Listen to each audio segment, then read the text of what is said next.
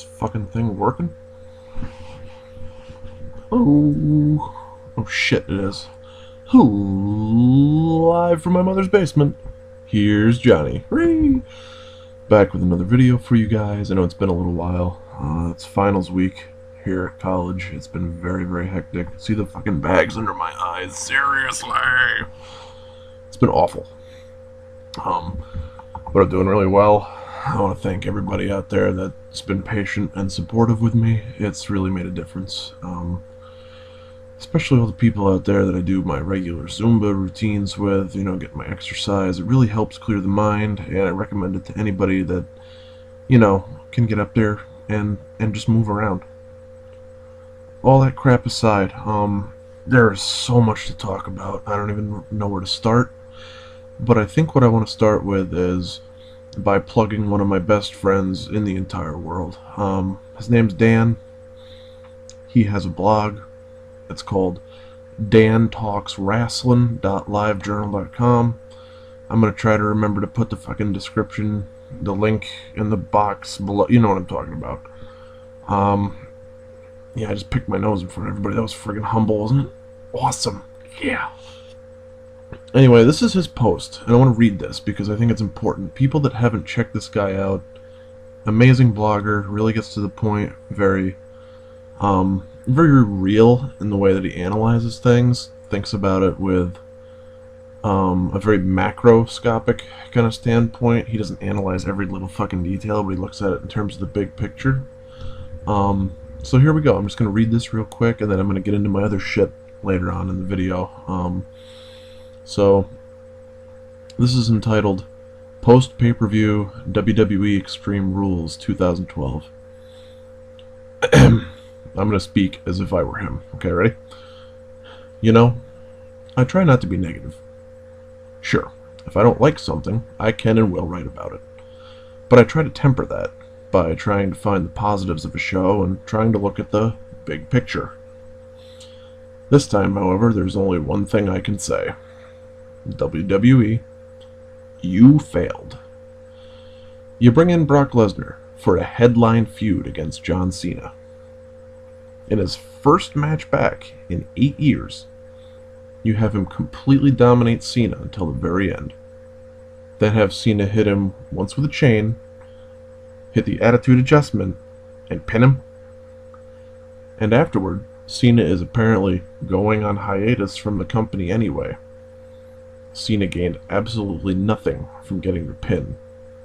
Brock is made to look like a joke, who makes his huge return and then chokes in his first match back. And WWE misses out on the creative possibilities provided by Cena losing in 2 matches that he could not lose, all because the company is terrified to make their golden boy look anything but invincible. I personally agree with that. Oh sure, they'll say on Raw that Cena won the battle, but Lesnar won the war. And they'll put Lesnar in another feud to try to regain his credibility. But it doesn't matter. The damage is already done. Lesnar lost his return match and is no longer an unstoppable force. He's now just another superstar. Then there's the Sheamus Daniel Bryan situation. At WrestleMania, they had Sheamus catch Bryan unawares and pin him in a matter of seconds to win the World Heavyweight title. It was meant to create a WrestleMania moment and put Sheamus over as a dominant face by beating the cowardly loudmouth heel. A month later, however, it's become apparent that it's had exactly the opposite effect. The crowd now sees Bryan as an underdog and resents Sheamus for getting a cheap win over him. Again, I completely agree with this. There's plenty more ineptitude where that all came from. Relegating a United States title match between 2 bona fide superstars to the pre-show, then wasting time on the main pay-per-view with a squash match with the recently debuted Ryback, who still doesn't have a storyline or feud, squashing 2 jobbers in an unannounced match. Something that should have been done on free TV, not pay-per-view.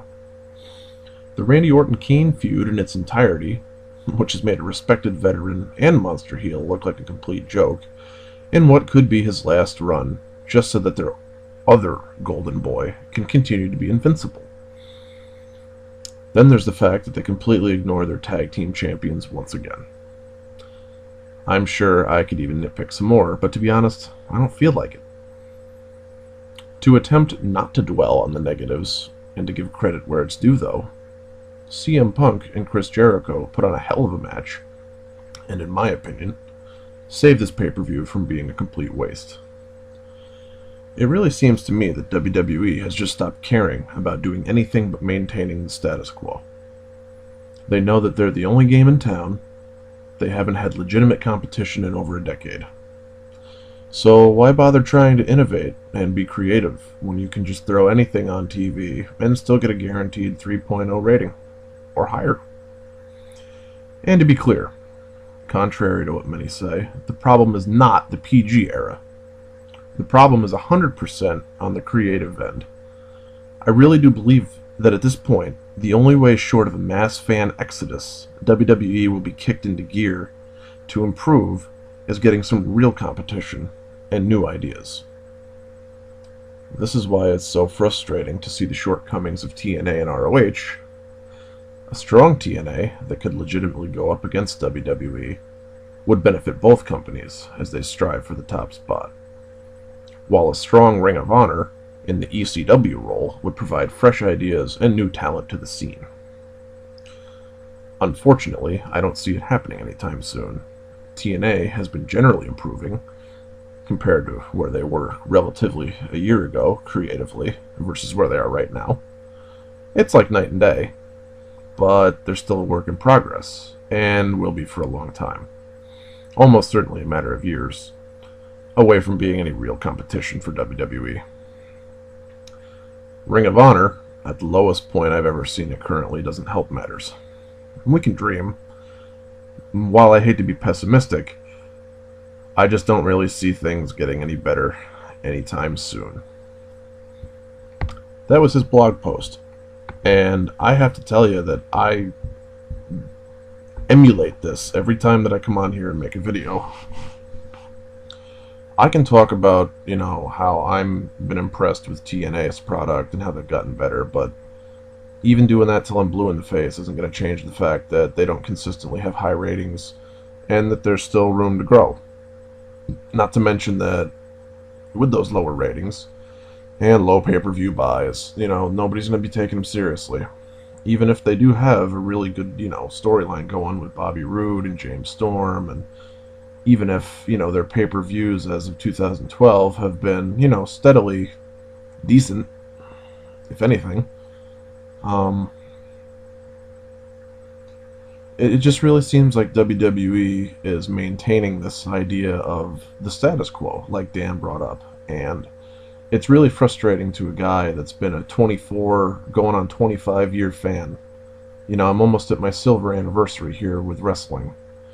And to see it go from Hogan Andre, WrestleMania 3, to Rock Cena, WrestleMania 27, taking iconic stars like that, I really expected more out of the WrestleMania match that Rock and Cena had.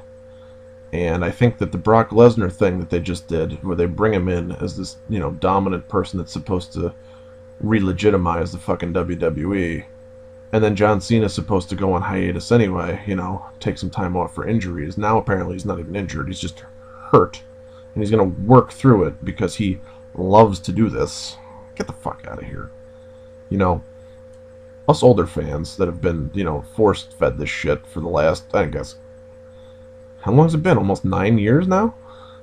We're rebelling. We're tired of it. And to be perfectly honest, I think that we're all entitled to that. Now, you can be the biggest Cena supporter in the world, and that's your friggin' prerogative, and I'm not going to bash you for that. I'm just going to point out the fact that I think that Cena is really a lot of the reason that the product is viewed as just stale, same old shit, and people are, not wanting to spend the time or the money on it. Now, you can argue that. You can say that WrestleMania drew 1.9, million buy rates, but you think they'll have that same success next year? I don't think so. You can bring in whoever you want next year. You can bring in Austin. You can bring in The Rock. It's not going to have the same effect. And then to have Cena go the night after WrestleMania, after this match he couldn't lose kind of thing, and to still be all gung-ho about how he's going to get the next one. And then you bring in this fucking train like Lesnar, just this wrecking machine, and then you job him out in his first match back. That makes perfect fucking sense to me. You have this guy in contract supposedly for a year, but now you just made him irrelevant. So whatever he does after this, even if he goes on to win the WWE Championship, it's still the fact that he couldn't beat Cena. It's so stupid. And plus, Cena, your babyface, by the way, in this kind of match, is the one that introduced the chain and hit Lesnar with it to bust him open cheaply. So, tell me how that's rising above hate. Like, he couldn't beat him, straight up. Now, granted, I know that Lesnar had been destroying him all night and tied him up with the chain and used the steps to his advantage and everything, but he was the fucking build heel. He's supposed to do that shit. And if Cena wants to be Superman, he should do it without the stairs, without the chain, on his own. Even though he shouldn't have won in the first place. That's just my fucking opinion. You guys are entitled to your own. The rumors that Lesnar trashed the backstage area because of all this, I would have too. But, I mean, this is all rumors, so I can't tell you whether it was true or not. But quite frankly, I don't care. Because, like I said, if you're going to sit there and tell me that the match is going to end one way, and he's going to be carried out on a stretcher, or he's going to take a fucking vacation, what was the point in Cena going over? And this last-minute rewrite shit, just because they don't want Cena to seem fallible. I mean, it's ridiculous. And then to start some kind of stupid, whether it's temporary, whether it's just me making too much out of it, some kind of feud with Triple H and Lesnar, that's dumb. Triple H is almost a fossil at this point. He's a last remnant of an Attitude Era, and he was supposed to end that shit with HBK and The Undertaker at WrestleMania. It was supposed to be special. I don't want to see fucking Triple H come back and wrestle another match. I really don't. Other people out there might disagree. Other people that have been a fan of the product for the past couple of years, they remember Triple H being in DX and being on top for a while and feuding with Orton and being a Breakfast Club guy and whatever. But if Triple H goes after Lesnar, he's going to kill his heat too, just like he did with CM Punk, and it's going to be fucking disastrous. I hate it. I hate the whole idea of it. Lesnar should have beat Cena, and he should have done the next logical thing. He should have went after the next big fucking babyface in Orton. As much as I don't like Orton, as much as I don't like to see Orton in the main event all the time, honestly, the guy's been putting other people over, and he kind of deserves the spot. This is one of the few times I'm going to actually agree with Spaz Phoenix about Randy Orton. Although, truth be told, if John Cena was out of the equation for a little while, like a good 3-4 month, maybe even 6 month period, and then they brought him back for Survivor Series or the Rumble or something, I mean, that would just be so much better and give us a fucking break. We desperately need it as fans, I'm telling you, because I'm really tired of tuning into the same old crap every week. You want to talk about this last Raw? What a clusterfuck that felt like. They tried to jam 20 different fucking things into the same slot. They interrupted a interview segment between the tag champs and Abraham Washington, who they're trying to get over, to have Great Khali come out to fight Kane in a match that didn't even matter because they weren't going to beat the clock in some stupid challenge to determine a #1 contender that they could have easily just waited or done in a King of the Ring style with a big tournament that could have had actual matches that lasted. But no, it's all about instant fucking gratification now. And the fact that they're putting Bryan against Punk this soon really tells me that they don't know what the fuck they're doing. They're just spinning their gears and their wheels. Sure, Bryan is starting to get over with this yes chant stuff. And, it was very apparent at WrestleMania that it was starting and it was going to be big. But the point is now that you just gave Sheamus the title off of Bryan. And that was like the B-grade show. You're going to tell me that Bryan, all of a sudden, in losing the heavyweight title in 18 seconds and in losing in Extreme Rules, is now capable of beating CM Punk, a guy that's defended his title since Survivor Series, for the championship in the WWE? Are you fucking kidding me? Nothing against Daniel Bryan, except that the fact that he's been billed and booked like shit, and you're really going to put him in your major title feud and think that this is going to draw the money for your next Over the Limit pay-per-view. Don't get me wrong, it'll be a great match. But, is this really the opponent that CM Punk needs right now? After Jericho for that long? We just had wrestler versus wrestler, and Punk before that had Del Rio. and before that, I think he fought Ziggler. So he's had consistent wrestlers on his ass. Now he could really use a big challenge and a defining moment for that WWE title. Not that, the Jericho match with the street fight isn't a defining title defense, but give him somebody else that's also really challenging and a higher level player than Daniel Bryan. Give him somebody that's a veteran. Give him Triple H again, for all I give a shit about. Somebody that he's going to beat and beat clean and maintain his babyface run. Because I'm afraid with all this Daniel Bryan drama that all you're going to end up getting is Daniel Bryan turning face, taking the belt off of CM Punk turns heel, and then you're left with what? Where CM Punk was a year and a half, 2 years ago with nothing? Stupid. This also brings me to another point. Here in the internet fucking community, Facebook, all that stuff, even on YouTube here, there's a whole lot of bullying and garbage and downgrading and fucking intelligence bashing going on, and it really needs to stop. Now, I'm as guilty a party as any for the other day, and if you guys are in a British Fist Universe page on Facebook, you know exactly what I'm talking about. This little snotball named Rohit decided to call out my wife-to-be about her lack of education of wrestling, and then proceeded to demean her character after that. So I fucking lost it, and you know what? It wasn't the right thing to do. But then the little bastard tried to deny it, and he tried to tell me that, I shouldn't make up these accusations that he attacked my wife-to-be, even though he degraded her character and insulted her intelligence in front of a bunch of people on Facebook, which is called cyberbullying and harassment, and it's just as bad as anything that I called him in return and retaliation. Not that I agree with doing that, but I don't know. I should have been the better man. I should have taken Cena's fucking, advice and risen above the hate or whatever. But at the same time, if Cena's his boy, why is he reduced to these little stupid tactics like a friggin' 10-year-old that can't find his way out of an argument, so he's got to insult people's intelligence and call them assholes and tell them that they are mentally ill and need to see a doctor and all this stuff. Like, really? Come on. Grow the hell up. Telling me that you have 2 master's degrees. People that are educated don't fucking argue about stupid shit like this. I understand that we get heated, we're really passionate about wrestling and everything, but this is the kind of crap that needs to stop. And in being that I was wrong, and in being that, I don't think he's ever going to change, I'm just sorry that the whole experience had to happen. It had to unfold in front of everybody else, that it was that much drama, that there were 240 fucking comments back and forth between, Stephanie and myself and Rohit and Brandon and Brennan and whoever the hell else was taking part in this. And I'm sorry for Daniel Parkin and for NJ to have this shit on their page.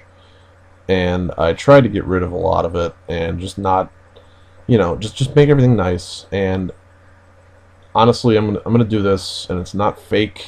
It's not something to make myself look better. It's just something that was weighing on my conscience. And as much as I wanted to, strangle this Rohit kid's throat and just, make him feel what I was feeling, that's not right. And I want to apologize to him too, even though he'll probably never watch this. The idea that I did this and got it off of my conscience is really going to help me, because I'm a 28-year-old man, and I don't need to be fucking arguing with somebody on Facebook, who obviously is less plentiful in education than he's, saying that he is. Especially if he's going to attack Stephanie, who has been a wrestling fan since January in the Royal Rumble at best. And, call her out on stuff when she clearly was winning whatever disagreement they were having anyway with facts. Just saying, guys, it's really a silly thing to have gotten into in the first place, and I'm a little bit ashamed it's out there. In 3 or 4 years when I'm done with school and looking for a job, if somebody managed to save this somehow and brings it up to my employer's attention that I called this kid, from a lower caste or whatever in India, and told him that his mother, and his father and his family had, probably issues, and that he needed attention, and that's why he, sought this kind of behavior out, that's really going to look bad on me. And I'm trying to do this, in good faith, that hopefully he'll realize that he was in the wrong too. And that's kind of what I'm going for, is that we really don't need any more of this crap going on in the YWC, in the IWC. I'm just as guilty as he was, although I was a little bit provoked and enraged. I'm not trying to justify it, I'm just trying to explain it. I know that's kind of the same thing, isn't it? Like, and kind of a bad excuse. I want people to understand where I was coming from. It was defending your girl, and her honor, and also trying to do the right thing, to be a guy that, would not only protect his love interest, but also just to be passionate about wrestling. I did it in the wrong way, and that's not how I should have done it. I should have kept my head cool, and we just should have removed this fool that was starting problems before it got way out of hand like it did. Thankfully, I got made an administrator on the British Fist universe. I don't know how long that'll last for, but as long as I have that, I am going to, put a reality check on myself and not let my emotions get the best of me and continue to lead by example. Because I said, on New Year's and for the new year, that one of my goals with this channel, with the Facebook group about Live from My Mother's Basement, and about doing these, this wrestling fandom thing in general, is that I wanted to get the message out there that bullying, no matter who it's against, and, all this hate speech and all this garbage that we don't need, it's wrong. It's hurtful. And, we can do better. So I hope that everybody out there will forgive me, and even forgive him, because he probably doesn't even know any better. If he is involved in some kind of cycle of abuse, like I brought up, between his mother and his father and his family, and, being from India and all this other stuff that it just was not right, then that's really embarrassing on my behalf. And it speaks volumes about my character if that's the kind of shit that I'm going to, throw his name into the mud for. Especially from just, a comment like the one that he left Steph. Although, to be fair, the kid kept going and kept going and kept pushing, and then tried to play the victim role himself. Which, if you are a victim, you might tend to do that. So I don't know. I'm not the psychology major. That's actually Stephanie's thing. But I was wrong, and I think that a lot of us were wrong. And as soon as the insults started flying, it got really heated. And it really didn't need to be personal, because there's no need for that. Everybody's entitled to their opinion. But if you're going to start drama, and you're going to try to be, in an adult Facebook group, then your ass is going to get removed. Because you don't belong there if you're going to start drama. And that's not what we need. We need more positive discussion. We need more interest. We need more people that are trying to contribute something, rather than just call other people idiots and try to look good. Because you don't look good when you do that kind of stuff. You just really, you turn people off. I had a lot of stuff to talk about. I really didn't get to a lot of it. I'm hoping to do an audio session here soon with Dreamboy899 again. I hope to get in one with NJ from the British Fist soon. I was hoping to get Daniel Parkin to do another one again. I want Stephanie, Venti Wifey, on here on YouTube. That's my fiance, everybody. I want her to get involved in it, because she's really a smart cookie, and she's picking up on a lot of the stuff. She's fast becoming a very big wrestling fan, and she's a very important contribution to this whole scene, because just like the Nature Girl 30, she brings a female perspective into this thing. And it's not just the, oh, this guy's cute. It's the fact that she can recognize hard work in the ring, people that, are performing at a rate that's higher than other people, and she can recognize trash like Great Khali when he walks into a ring, and, understands why everybody says, why the hell is this guy still employed? On that note, we're about to hit the 25 fucking minute mark. It's time for me to shut up. If you have any comments or any questions, please put them down below. I was really happy to get to share dantalkswrestling.livejournal.com and his blog post with you guys.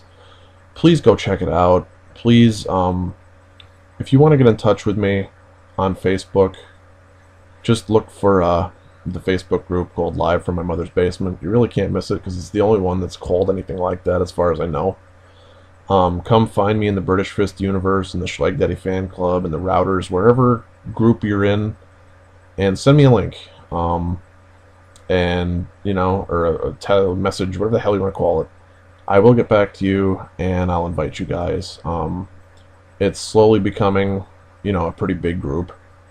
I'm not trying to take over the internet or anything, but it's a positive place for you guys to share videos and promote your ideas and stuff. We do have frequent discussions, and we really like to regulate what's going on. We just had a great discussion about everybody's Fave 5, and it was a bunch of the people that were involved in the same drama that I talked about earlier, that again I am very sorry for, but it was nice to not have that animosity or anything looming over the fucking conversation, or to know that that particular person or people that start drama like him were going to be involved in it. So please come on down, check it out.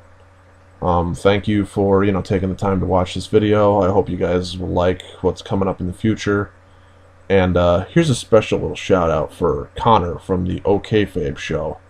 I definitely want to hit you up for an OKFabe versus soon. I don't know when, I don't know about what, but I want to do it, because brother, I'm going to beat you real bad, yeah.